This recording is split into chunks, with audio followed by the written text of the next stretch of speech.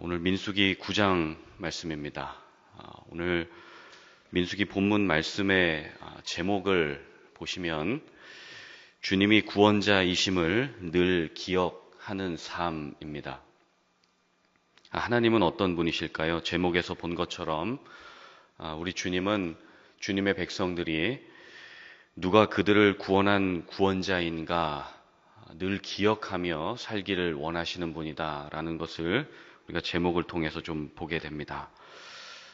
이집트에서 노예로 살 때 그들이 얼마나 자유가 없고 또 무시당하고 또 고통 중에서 그렇게 살아왔는지 이스라엘 백성들을 또 약속의 땅 가나안으로 구출해 주신 분, 구원해 주신 분이 누구신지 우리 주님은 잘 기억하고 알기를 원하셨던 것이죠. 그리고 그들에게 새로운 인생과 또 새 생명을 주신 구원자를 늘 기억하는 삶을 살기를 주님이 간절히 원하셨던 것입니다. 그러면 이스라엘 백성들과 그리고 또 이 시대를 살아가는 우리가 어떻게 하면 하나님께서 우리를 구원해 주신 그 은혜를 기억하면서 살 수 있을까요? 오늘 본문에 보니까 1절과 2절 말씀 한번 보실까요? 특별히 유월절을 지켜라 라는 말씀으로 주님의 구원하심을 기억하라고 말씀하십니다. 우리 1절과 2절 같이 한번 3절까지 한번 같이 읽겠습니다. 시작. 애굽 땅에서 나온 다음 해 첫째 달에 여호와께서 시내 광야에서 모세에게 말씀하여 이르시되 이스라엘 자손에게 유월절을 그 정한 기일에 지키게 하라. 그 정한 기일 곧 이달 14째 날에 해질 때에 너희는 그것을 지키되 그 모든 율례와 그 모든 규례대로 지킬지니라. 아멘. 자, 유월절에 대한 설명인데 유월절은 이스라엘의 그 최대 명절 중에 하나죠. 이스라엘의 최대 3대 명절이 있습니다. 그 유월절, 그 다음에 또 오순절, 그 다음에 초막절 이렇게 있는데 한국에도 3대 명절이 있죠. 뭐 추석이나 뭐 설이나 단오 뭐 이런 중요한 명절이 있습니다. 근데 중요한 것은 이 명절 때마다 그것을 지키는 그 의미들이 있습니다. 이것을 왜 지켜야 되는가 그런 뜻들이 거기에 담겨 있죠. 예를 들어서 설날의 말 뜻은 설이라는 그 말에서 유래가 됐습니다. 설이라는 것은 낯설다라는 뜻인데 그 설날은 새해의 첫날이니까 낯선 새해를 받아들인다. 그 낯설은 새로운 날을 기대감으로 받아들인다라고 하는 그러한 의미가 거기에 담겨 있습니다. 그래서 이 설날의 정확한 의미는 새해 첫날에 아직 익숙하지 않은 그 새해를 또 기대함으로 또 과거에 대한 감사함으로 받아들인다라는 그러한 뜻이 있습니다. 특별히 이 설날에는 세배를 하죠. 세배하면서 그동안 나를 뒷바라지 해주시고 또 낳아주시고 길러주신 부모님들 또 어른들에게 감사하는 마음을 표현하는 그런 날입니다. 미국에도 보면 그 유명한 명절들이 있죠. 뭐 해피 뉴 이어스 데이라든지 뭐 발렌타인 데이라든지 뭐 부활절, 뭐 할로윈 데이 그리고 땡스기빙, 크리스마스 데이 뭐 이런 유명한 명절들이 있습니다. 각각 명절에는 기념할 것들이 있고 그 나름대로의 의미들이 그 뜻들이 그 날에 다 포함이 되어 있는 것이죠. 다시 그 이스라엘의 3대 명절을 보게 되면 유월절, 오순절 그리고 초막절 이 3대 명절이 있습니다. 출애굽기 23장에 보면은 하나님께서 1년에 3번 이 절기를 기억하고 지키라라고 명령을 하셨습니다.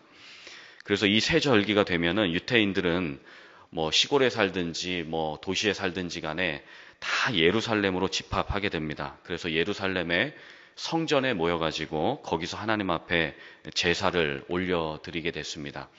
그래서 이 세 절기를 갖다가 성전으로 올라가는 절기다라고 이렇게 이름이 붙여졌습니다. 특별히 오순절 명절에는 의미가 또 있죠. 모세가 출애굽한 백성들을 데리고 시내산으로 올라갔습니다. 그 시내산에서 하나님의 율법을 받았다라는 것을 기념하기 위해서 이 오순절을 지켰습니다. 그리고 또 한 가지 의미는 이 오순절에 성령이 임재하신 것에 대해서 이것을 기념하고 또 기억하는 절기가 되었죠. 그래서 이 오순절을 다른 말로 칠칠절이나 맥추절이라는 말로 또 부르게 되었습니다. 그리고 또 한 가지 절기 중에 초막절이라고 있는데 이것은 장막절이나 수장절이라고도 부릅니다. 이 초막절의 그 의미가 뭐냐면 한국의 추석 같은 날이죠. 그러니까 한 해 동안에 추수한 것에 대해 하나님 앞에 감사를 올려드리는 절기가 바로 이 초막절이라고 합니다. 그리고 가장 중요한 명절이 있는데 그것이 오늘 본문 말씀에 계속 기록되어 있는 유월절입니다. 이 유월절은 이스라엘의 최대 명절이 되었는데 그 이유가 뭐냐면 이 유월절의 이름이 영어로는 패스오버죠. 재앙이 넘어갔다. 하나님께서 이 이스라엘 백성들에게 원래 재앙을 내리시려고 했는데 그 장자를 이렇게 주님이 다 이렇게 제거하시려고 했었죠. 그랬는데 하나님께서 그 어린 양을 잡아서 집의 문설주와 임방에 이 피를 바르면 이 재앙이 넘어가게 하신다. 이 죄악에 대해서 하나님께서 죄의 책임을 묻지 않으신다라는 개념으로서 이 유월절을 지키게 하셨습니다. 그래서 이 유월절은 특별히 이 이스라엘의 백성들, 노예들이 애굽에서 이집트에서 종살이 하던 그때에서 단순히 탈출했다, 구출됐다. 그러니까 이것만을 기념하는 의미이기보다는 그 탈출과 구출의 근원이 어디로부터 시작되었는가? 그 탈출시켜 주신 분, 구원시켜 주신 분이 바로 하나님이셨다. 그분이 나의 구원자이시다라는 것을 기억하게 하기 위해서 이 유월절을 하나님께서 기억하고 지키라라고 말씀을 하셨습니다. 특별히 또 이 유월절이 중요한 의미가 있는 이유가 뭐냐면 예수님께서 이 유월절 때에 십자가에 달려 돌아가셨죠. 그래서 이 유월절이 굉장히 중요한 의미를 갖는 이유가 있습니다. 그래서 이 성경 전체를 통틀어서 보면은 온 인류를 죄의 노예에서 구원하신 그 유월절 어린 양이 바로 예수님이다라는 것을 우리가 성경에서 계속 볼 수가 있습니다. 특별히 이 유월절을 기념할 때 함께 먹게 되는 것들이 있는데 그것이 이제 11절과 12절에 기록이 되어 있습니다. 우리 11절, 12절 같이 한번 읽어보실까요? 둘째 날, 14째 날에 해질 때에 그것을 지켜서 어린 양의 무교병과 쓴 나물을 아울러 먹을 것이요. 아침까지 그것을 조금도 남겨두지 말며 그 뼈를 하나도 꺾지 말아서 유월절 모든 율례대로 지킬 것이니라. 아멘. 자, 유월절을 지킬 때 먼저는 흠 없는 수컷 양을 잡아서 그 피를 집 문설주와 임방에 바르는 것이 그 출애굽할 때에 하나님 정하셨던 원칙이었죠. 그리고 그 양의 살과 내장을 다 뜯어가지고 그것을 굽습니다. 그 역사가 요세푸스의 말에 의하면 유월절에 희생 제물로 잡았던 그 양이 몇 마리인가 보니까 거의 25만 6,500마리 정도 될 것이다. 이렇게 추정을 하고 있습니다. 그래서 25만 6천 마리 정도 되니까 이것을 마리당 한 10명 정도 이렇게 붙어서 제사를 드리고 그리고 그것을 함께 먹었습니다. 그러니까 한 270만 명 정도가 예루살렘 성전 앞에 모여가지고 그 양을 25만 마리 이상 잡아서 하나님 앞에 제사 드리고 그리고 그것을 나중에 함께 먹는 그러한 의식을 진행했던 것이죠. 그리고 양만 먹을 뿐만 아니라 무교병이라고 해서 누룩을 먹지 않은 빵이 있습니다. 그 빵을 곁들여서 양과 함께 그리고 쓴 나물과 함께 그것을 같이 먹으면서 하나님 앞에 또 제사를 드렸던 것이죠. 근데 재밌는 것은 먹는 자세가 중요합니다. 그냥 뭐 앉아서 이렇게 먹는 것도 있지만 마치 그 이집트를 이제 막 떠날 준비를 하듯이, 왜냐하면 이 유월절은 하나님이 이집트, 이 애굽에서 출애굽시켜 주신 것을 기념하는 날이기 때문에 이것을 먹으면서 이제 곧 이집트를 떠날 준비를 하는 백성들의 모습을 하면서 먹는 것입니다. 그러니까 신발을 벗고 먹는 게 아니라 신발을 신고 그리고 허리에 띠를 두르고 그리고 지팡이를 잡고 그리고 움직일 준비를 하면서 이제 식사를 하게 되는 것이죠. 식사를 마친 후에 아침이 될 때까지는 움직이지 않습니다. 왜냐하면 그 하나님의 재앙이 임할 수도 있기 때문에 과거의 그 출애굽 사건을 기억하면서 어린 양의 피를 기억하면서 아침까지 움직이지 않는 그러한 의식을 치르는 것이죠. 지금 시대에도 이 유태인들은 유월절을 식사하는 이 저녁 식탁 자리에서 집안의 막내 한 명을 이렇게 지목합니다. 그리고 그 막내한테 이렇게 질문을 하게 만드는 것이죠. 아버지, 왜 오늘 밤은 다른 저녁 식사 자리와 구분이 되는 것입니까? 왜 지팡이 잡고 허리에 띠를 두르고 그리고 신발 신고 밥을 먹습니까? 이렇게 질문을 하게 만들어요. 그러면 그 식사 자리에서 이제 어른이 주로 아버지가 되죠. 아버지는 이제 그런 설명을 해주는 것입니다. 옛날에 있잖아, 조상들이 이집트에서 하나님의 은혜로 해방이 되었어. 그것이 하나님의 은혜야. 우리는 하나님을 기억하면서 살아야 돼.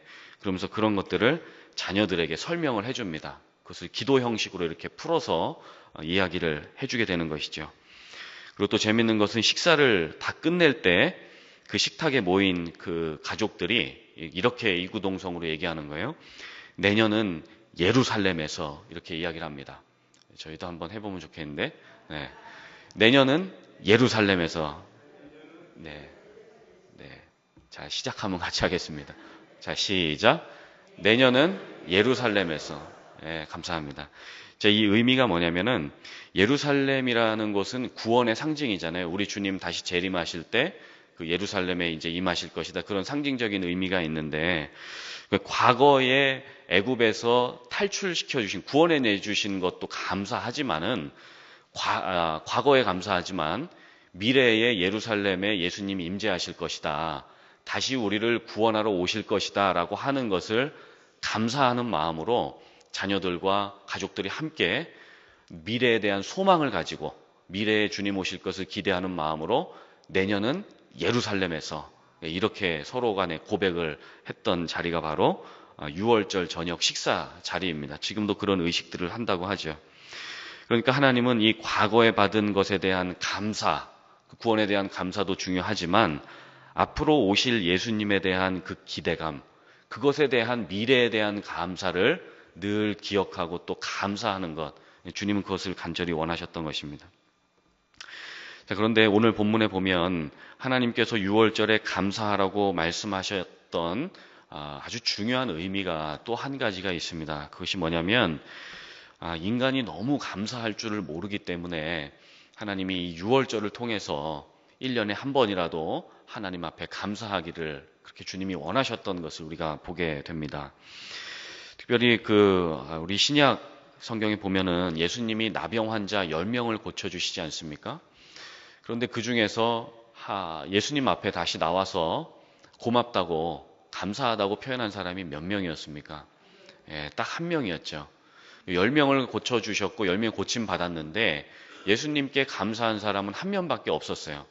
그만큼 인간이라는 존재가 얼마나 그 고마워할 줄을 모르고 감사에 인색한지 그것을 우리가 말씀을 통해서 잘 보게 되는 것입니다. 저도 지난주에 저희 청년 리더십 10명이 이렇게 같이 들어와 있는 카톡방이 있는데 우리 청년 리더십 10명에게 제가 그 생명의 삶 우리 큐티책 6월호 필요한 사람 누군지 손들어 보라고 그래서 제가 필요한 사람 이 큐티책을 사주겠다고 제가 10권을 사서 다 나눠줬습니다. 그런데 제가 뭐 그걸 기대한 건 아닌데 카톡방에다가 어떤 한 청년이 목사님 말씀 묵상 열심히 하겠습니다. 감사합니다. 이러고 카톡을 올렸어요. 그걸 보고 고맙더라고요. 그래도 한 명이라도 이렇게 감사해 주니까 너무 고마운 거예요. 여러분 오해하시면 안 되는 게 제가 감사 소리를 들으려고 한 건 아닌데 너무 고마운 거예요. 근데 제가 갑자기 그때 이런 생각이 드는 거예요. 내가 10명한테 사줬는데 왜 한 명밖에 감사하다고 얘기를 안 하냐? 그러면서 이 인간들이 감사할 줄 모르네. 이런 생각이 드는 거예요. 이제 인간이 참 간사한 거예요. 제가 그거를 들으려고 한 게 아닌데 한 명이 고맙다 그러면 그것만으로도 고마워할 줄 알아야 되는데 그게 아니라 왜 다른 사람은 얘기를 안 하냐 이런 생각이 들어온 거죠. 그러면서 밤에 11시 넘어서 그 카톡을 받았는데 그래 뭐 자고 일어나면 아침에 내가 뭐 새벽에 카톡 보면 몇 명 대답했겠지. 그리고 새벽 예배 나오기 전에 카톡을 열어봤는데 한 명도 대답을 안 하고 네. 여러분 제가 그런 사람입니다. 네. 저번에 새벽 설교를 하고 나서 새벽 설교하고 나면 이렇게 홈페이지에 영상이 올라오잖아요. 홈페이지에서 설교를 모니터링 하려고 이렇게 하는데 안 나오는 겁니다. 그래서 방송팀에게 제가 여쭤봤죠. 어떻게 그 설교 녹화가 안 됐습니까? 그랬는데 기계가 오작동이 돼가지고 기계 오류로 작동이 안 됐다는 거예요.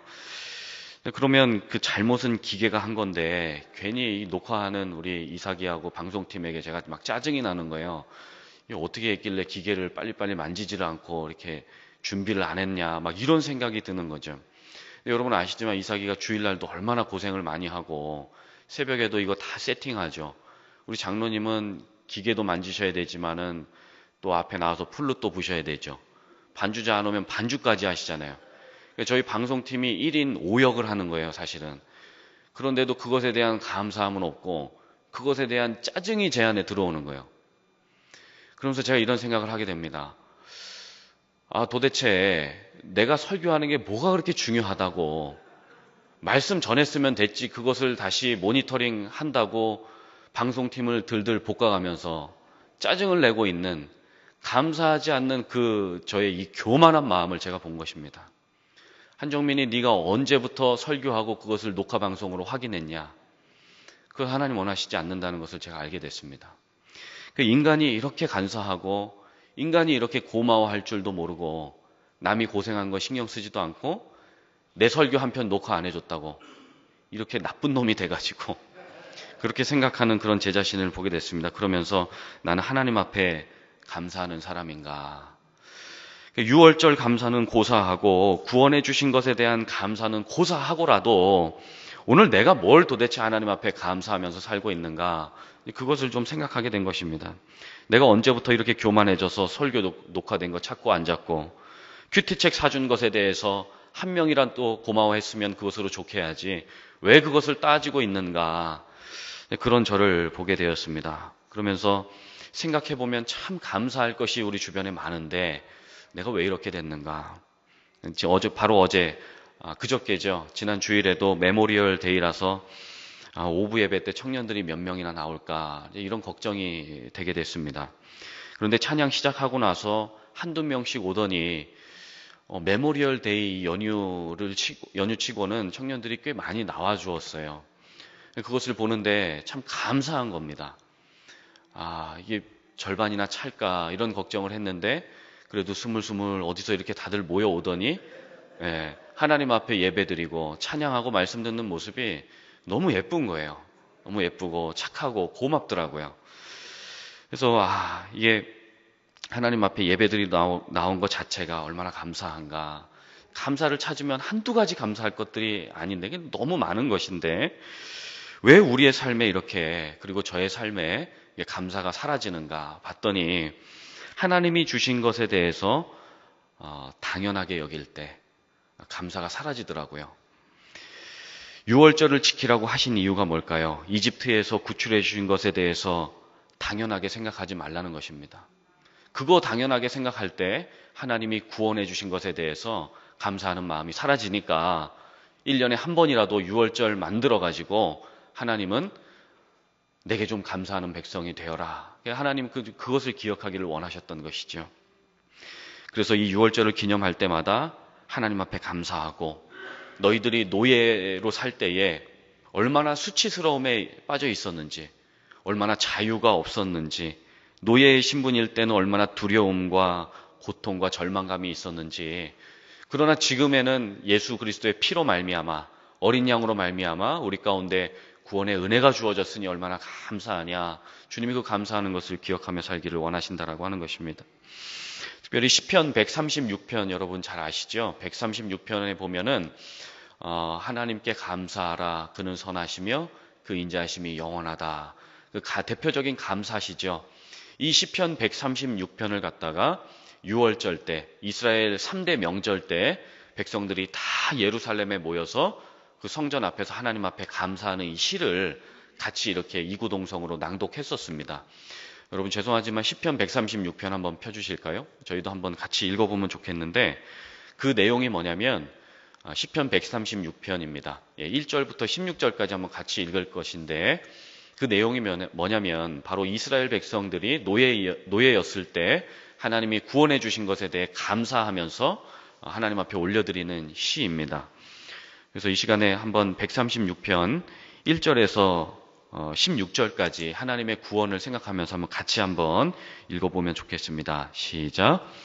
여호와께 감사하라. 그는 선하시며 그 인자하심이 영원함이로다. 신들 중에 뛰어난 하나님께 감사하라.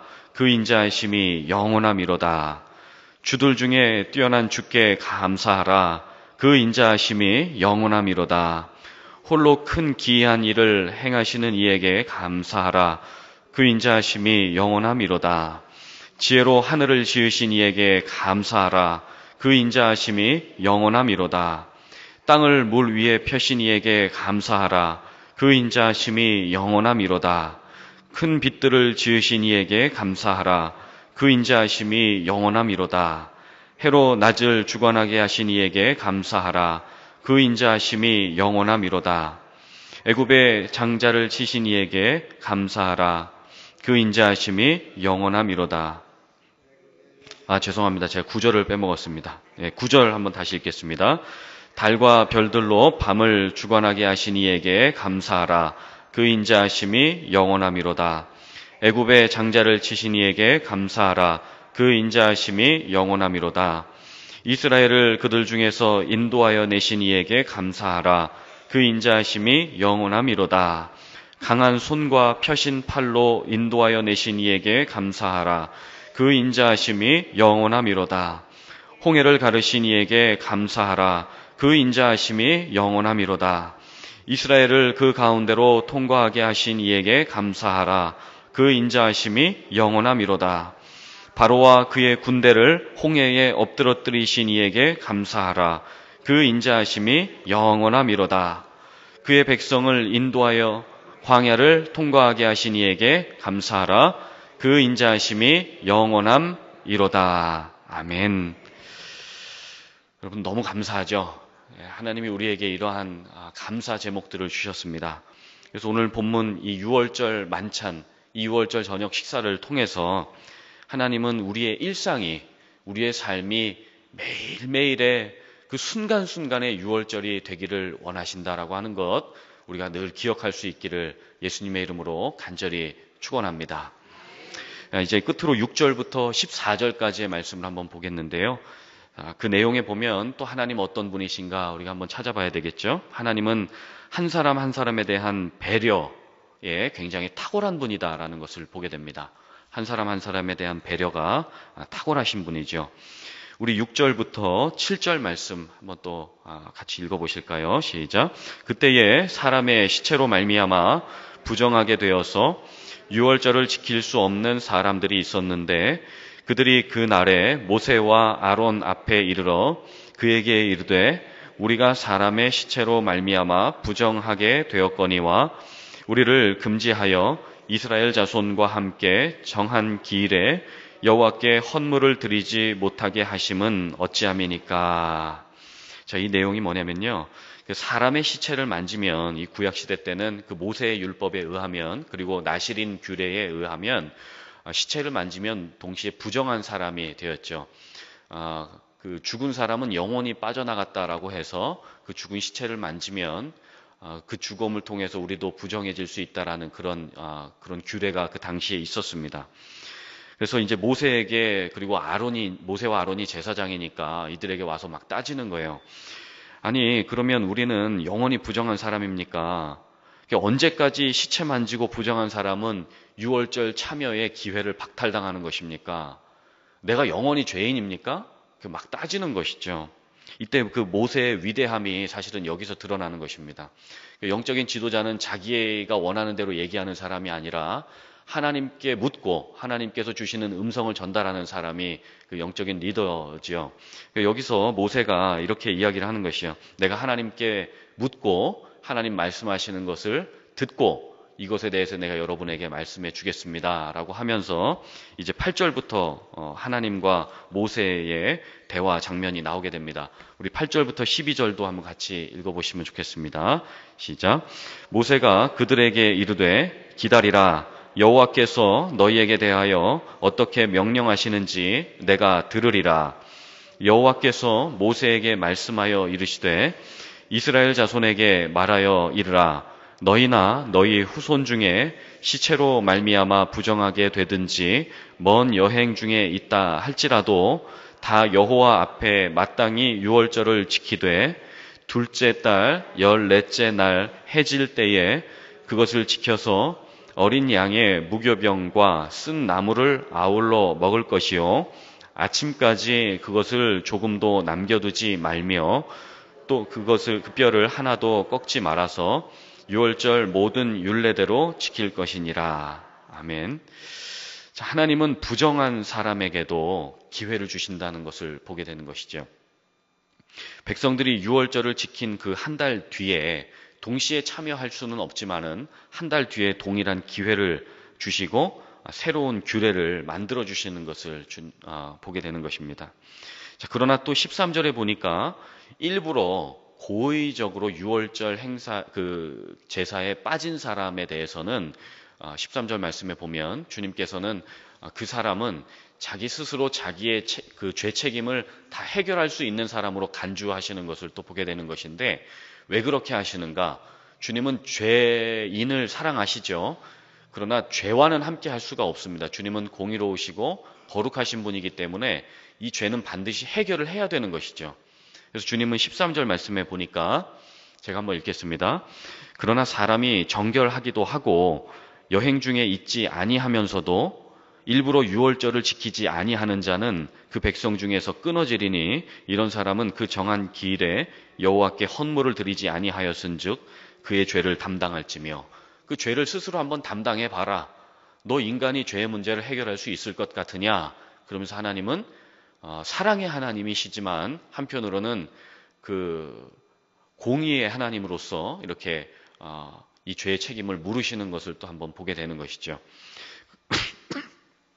죄송합니다. 그러나 또 반대로 보면 마지막 14절에 또 보게 되면 우리 주님께서는 모든 사람이 또 구원에 참여할 수 있는 기회를 동등하게 주시는 은혜의 하나님이라는 것을 또 보게 됩니다.